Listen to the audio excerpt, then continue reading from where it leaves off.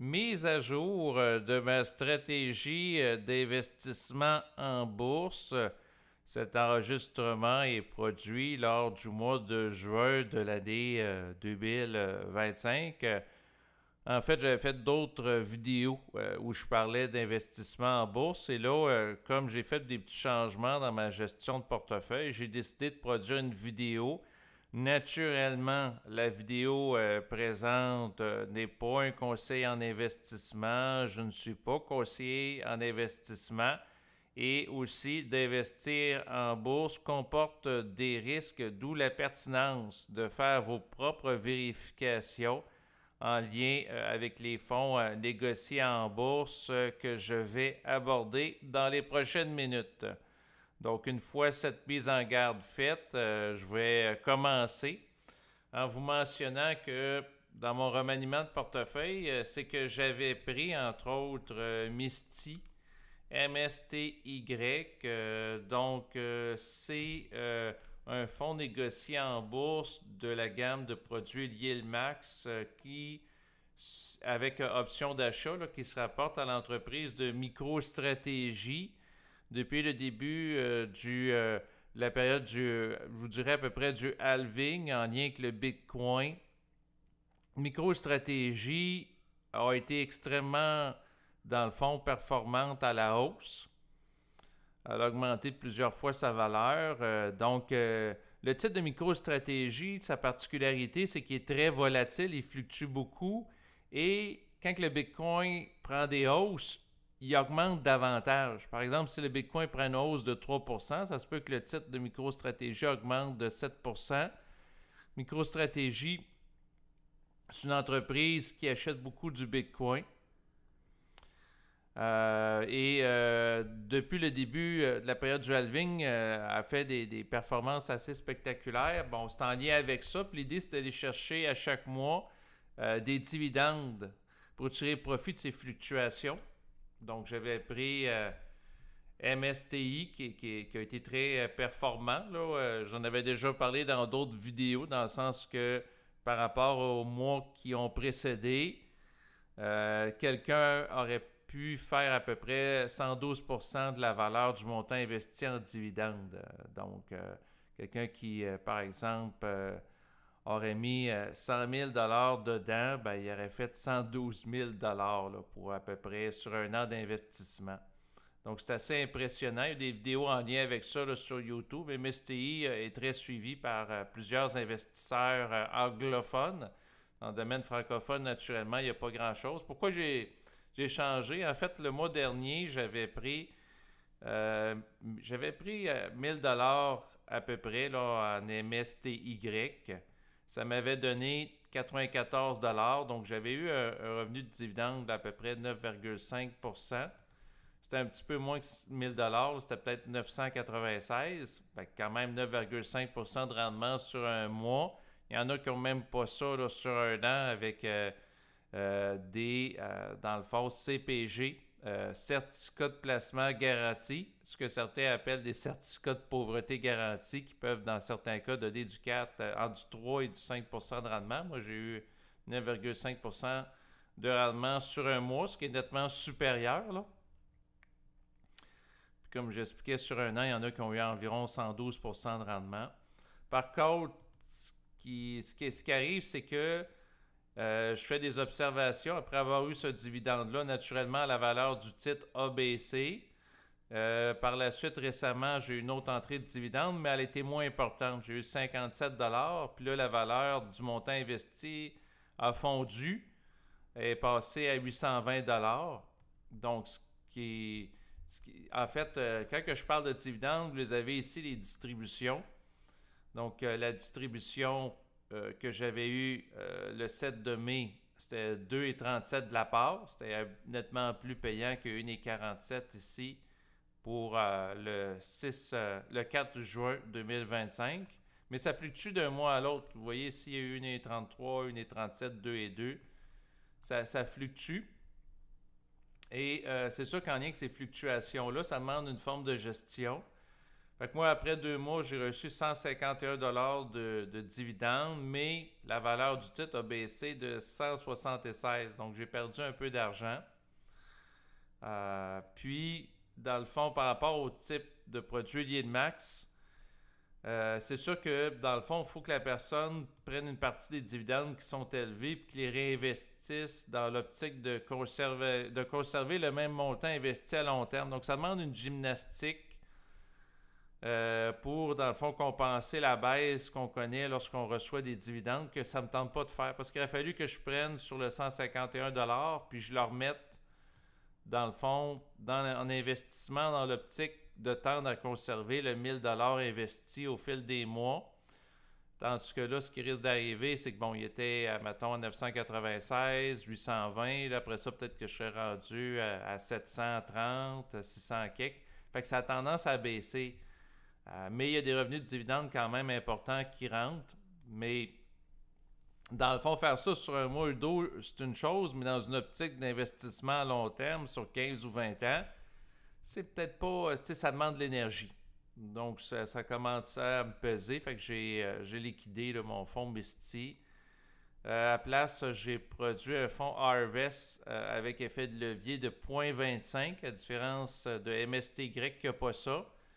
L'idée, c'est de miser sur les hausses du marché dans l'optique que le cycle en relation avec le Bitcoin haussier, faisant suite au halving, donc une période de bull market, et se poursuit dans les prochains mois pour compenser les baisses de remise de dividendes. Donc, si par effet de levier, le titre augmente, prend les hausses avec une augmentation de 0,25%, à ce moment-là, quand que les distributions puis le graphique est à la baisse, ben, ça peut venir à un certain niveau compenser. Donc, je trouvais ça intéressant, cette stratégie. Fait que j'ai pris un MSTE. Puis là, si vous allez sur le site web, vous allez avoir tous les détails. Là. Il y a quand même...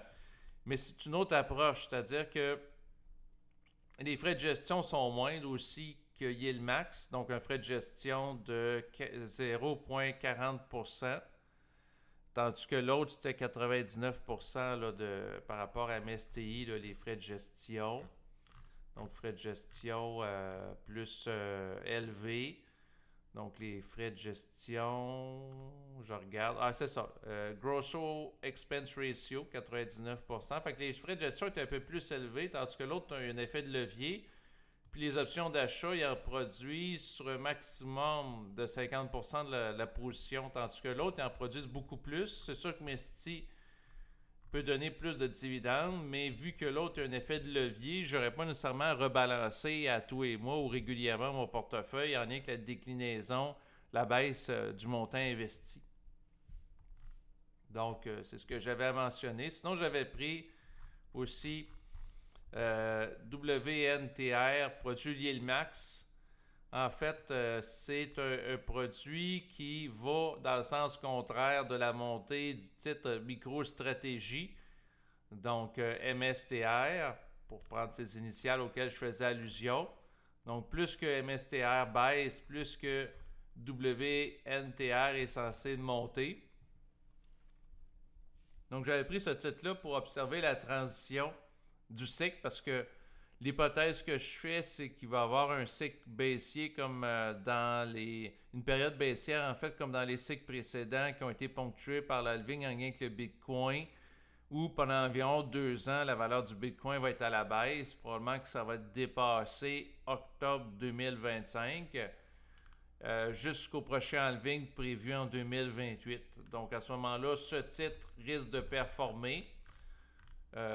Puis il donne des bons dividendes. Là, donc ce mois-ci, j'ai eu 3,07 $ de dividendes là, par rapport à ce titre-là. Sauf que le point, c'est que la valeur du capital du titre a beaucoup baissé.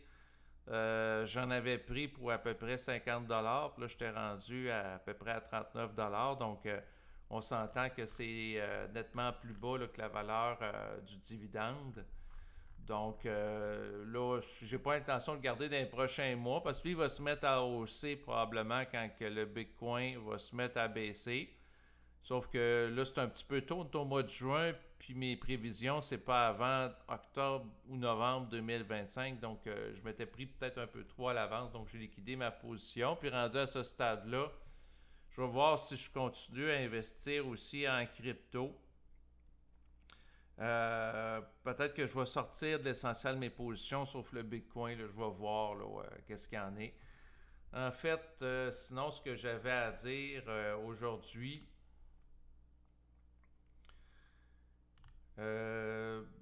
donc c'est sûr qu'éventuellement, MSTE que j'ai pris, j'aurai l'intention de vendre le titre que j'ai pris quand que le Bitcoin va être plus haut que présentement. Donc, probablement que d'ici octobre 2025, il va y avoir encore des hausses au niveau de la saisonnalité.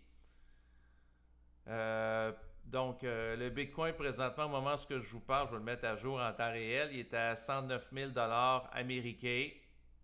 Il a connu une baisse après avoir atteint un plus haut sommet à 111 000 américains. Ça fluctue beaucoup. MicroStratégie, l'action a fluctue. Pour avoir vu des graphiques, je trouve qu'elle fluctue encore davantage. Donc, auquel je faisais allusion, les produits MSTE, MSTY ou WNTA, c'est tout en lien avec MicroStratégie.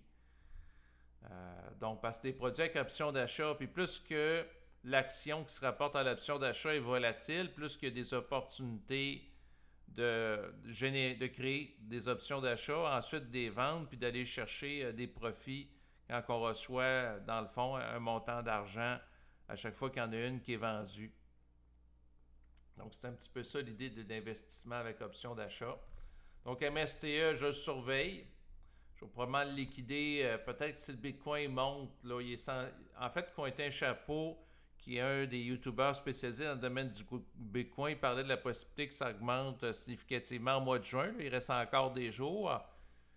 Ou peut-être en juillet. Je vais voir. Moi, j'ai l'impression que le Bitcoin risque de monter facilement dans les prochains jours à 120 000, mais on verra. C'est une hypothèse.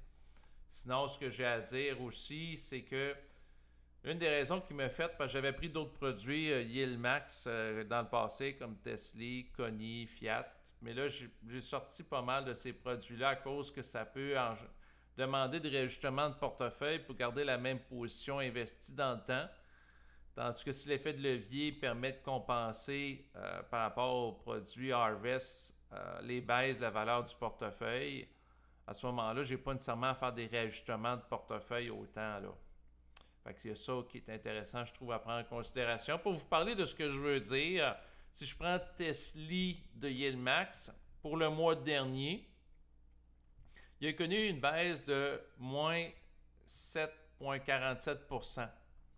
Tandis que le produit Harvest, Tesla, TSLY, les mêmes initiales. La façon de se distinguer entre les deux, c'est que si vous allez sur une plateforme de courtage en ligne, ben, Tesla, TSLY, il faut vous marquer "U" pour américain, ce qui va être en lien avec le fonds Yieldmax. Tandis que si vous faites Tesla, TSLY-C, ça va être en relation avec le fonds canadien. Donc ça, c'est la façon de les distinguer. Là.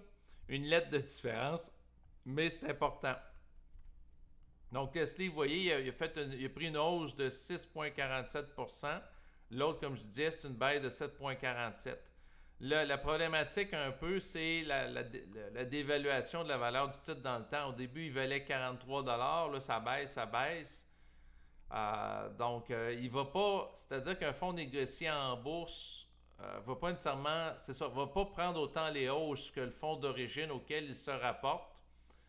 C'est sûr que s'il n'y a pas d'effet de levier pour augmenter les hausses par rapport au fonds d'origine, en prenant en considération l'hypothèse que le titre d'origine va se mettre à hausser pour les prendre davantage, ben là, je trouve que c'est moins intéressant. Naturellement, quelqu'un qui prend un effet de levier, ne serait-ce que 0,25%, s'il y a des baisses, ben, il prend davantage parce que ça amplifie tout l'effet de levier. Là.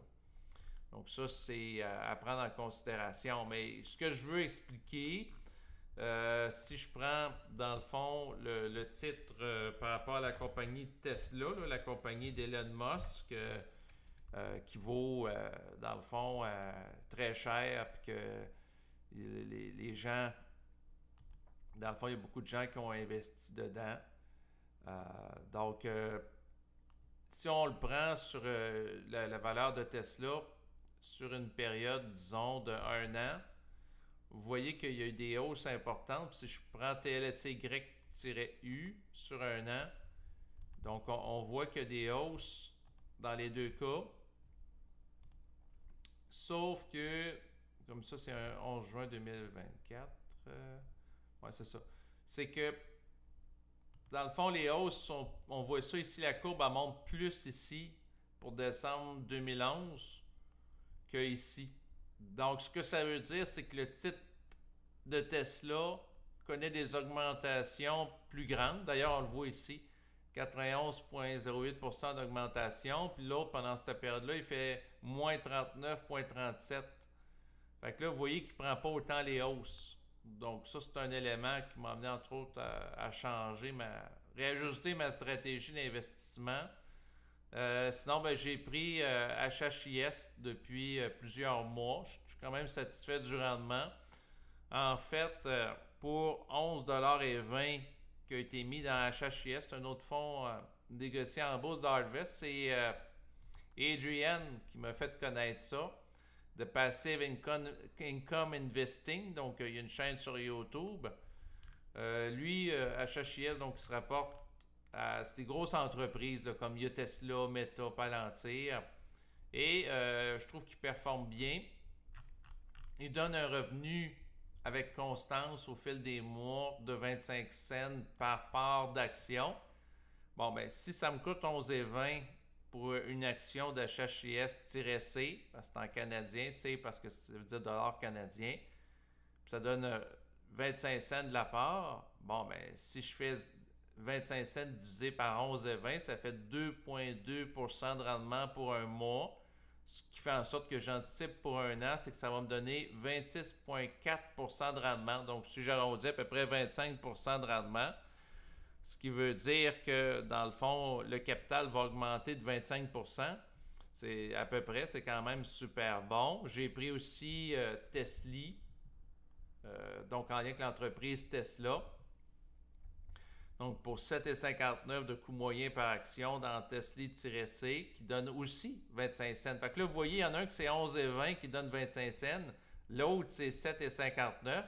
Naturellement, vous voyez qu'il y a un écart entre 11,20$ et 7,59$. Fait que, donc, l'autre Tesla, on va aller chercher un peu plus de profit. Mais naturellement, c'est plus risqué parce que Tesla, c'est en lien avec une action spécifique, tandis que HHIS, c'est en lien avec 15 actions différentes, ce qui fait en sorte que le risque est davantage amorti, mais ici, on a un rendement de 3,3%, ce qui fait que la fin de l'année, je vais avoir probablement 39,6% de rendement, environ 40% de rendement. Je trouve ça super intéressant. J'ai pris aussi Palantir, une autre entreprise du domaine de la technologie, pour 20,45$. Que j'ai acheté une action de Palantir par rapport à sa valeur de l'action achetée. Ça m'a donné 50 cents de dividendes pour un mois, ce qui fait que probablement que ça va me donner 32,4% de rendement sur 1 an. Puis pour ce qui est des MSTE, que j'ai pris au lieu des MSTY, bon, pour 18,44$ de coût moyen par action, ça m'a donné 66 cents de rendement. Donc, 70 cents divisé par 18,44, qui est le coût d'achat de l'action. Ça me donne 3,6 de rendement par mois, pas par année. Ce qui fait que pour 1 an, ça risque de me donner 43,20% de rendement. En plus, dans cette optique-là, vu qu'il y a un effet de levier, probablement qu'il va préserver la valeur de son capital. Ce qui est intéressant. Mais par contre, MSTE, il faut que je le surveille, comme je disais tantôt, parce que quand que le Bitcoin va se mettre à baisser, naturellement, l'option de micro-stratégie qui s'y rapporte va se mettre à baisser aussi de manière fulgurante, puis probablement MSTE. Fait que là, il faut que j'essaye de vendre dans les prochains jours ou mois, quand que le Bitcoin va être pas mal à son apogée. Donc ça, c'est mon défi, là. Ça prend un peu de stimulation d'envie, mais pendant ce temps-là, moi, j'empoche un montant de 66 cents de l'action, ce qui est quand même intéressant. Adrian, il en a pris pas mal. MSTE, il en a pris pour 120 104,59$, ce qui lui a donné 5 385 $ de revenus passifs pour un mois. Et j'insiste, c'est pas sur un an, là, c'est pour un mois. Donc, ça veut dire quoi? Ça veut dire que quelqu'un qui en prend pour 120 000 $, ça lui donne 5 000 $ par mois de revenus passifs. C'est sûr, si quelqu'un met ça dans un fonds, comme par exemple ici au Canada, on a le CELI, le compte libre d'impôt, qui est un véritable paradis fiscal légal, bien, la personne peut empocher ce montant-là, ce qui représente un revenu, je pense, qui peut permettre à une personne de vivre décemment en ayant 5 380 par mois, sans payer d'impôt dessus, à la différence d'un revenu de quelqu'un qui travaille. Donc, quelqu'un qui gagne 5 385 $ de revenus, mais la personne se ramasse à payer un impôt entre 20 et 30 %. C'est pas pareil. Il n'en reste pas autant dans les poches à la fin du mois, sans compter toutes les déductions, comme le régime parental. Ensuite, si la personne aussi cotise à un syndicat. Ensuite, assurance vie, assurance invalidité, tout dépendant des cotisations que la personne a, c'est-à-dire les montants qui sont prélevés sur le montant de sa paye. Donc, à chaque mois, ben, c'est intéressant à prendre en considération. Pour ce qui est des DRIEN, moi, dans le fond, ce que je vous dirais en termes d'investissement, je trouve ça intéressant, le travail qu'il fait. C'est pour ça que j'en parle abondamment dans mes vidéos. Puis il m'a inspiré, dans le fond, à acheter certains produits en regardant la fluctuation de la valeur de ces titres, puis comment que ça donne les montants de rendement que ça donne à chaque mois. Pour les 4 produits Harvest auxquels j'ai fait allusion tantôt, c'est-à-dire HHIS, TSLY, PLTE puis MSTE, ça me donne une moyenne de 2,7 % de rendement par mois, soit environ 32,4 % pour un an.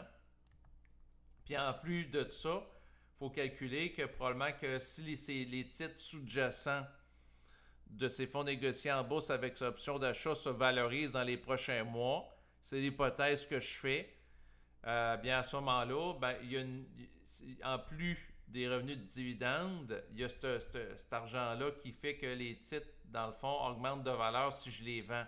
Fait que je joue sur les deux tableaux, c'est-à-dire les dividendes puis augmentation de la valeur du titre. Donc, je trouve ça intéressant. Ma stratégie présentement, c'est que je commence avec des produits un peu plus risqués comme MSTE, Tesla, que aussi Adrian a pris, pour progressivement, quand j'ai des revenus de dividendes dans les prochains mois, de réinvestir dans d'autres qui sont moins risqués, mais qui donnent moins de rendement, comme HHIS, QQCL, USCL, puis HYLD. Donc, progressivement, commencer par ce qui est plus risqué vers le moins risqué. La raison, ben, c'est ce qui est plus risqué donne des revenus de dividendes plus importants. Donc, vers ce qui en donne un peu moins, et ainsi de suite. Donc, sinon, ben, je continue toujours à suivre l'évolution de la valeur du Bitcoin parce que c'est, à mon avis, pour ce qui est de l'époque présente, un des éléments qui est très important au niveau de la fluctuation de la valeur de différents actifs. Tantôt, je parlais de micro-stratégie, mais il y a toutes les altcoins aussi. Donc, les monnaies alternatives du Bitcoin qui sont en relation avec le Bitcoin, comme l'Ethereum, le Solana, etc.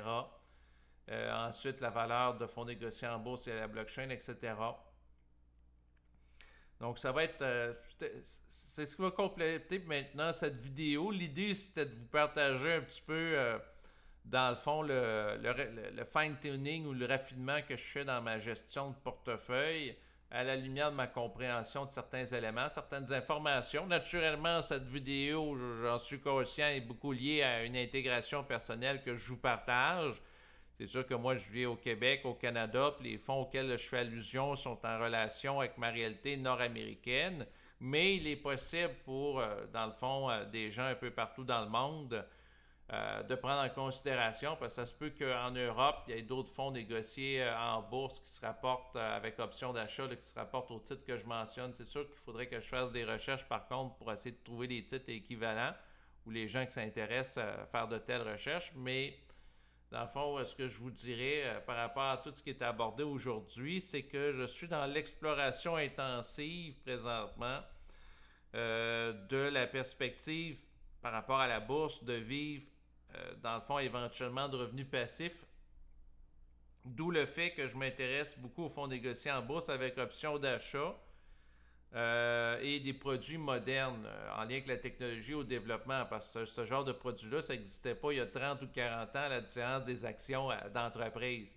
Par contre, je suis de l'avis qu'il faut prendre en considération des opportunités qu'on a aujourd'hui, qu'on n'avait pas nécessairement dans le passé, pour être capable d'en profiter advenant le cas.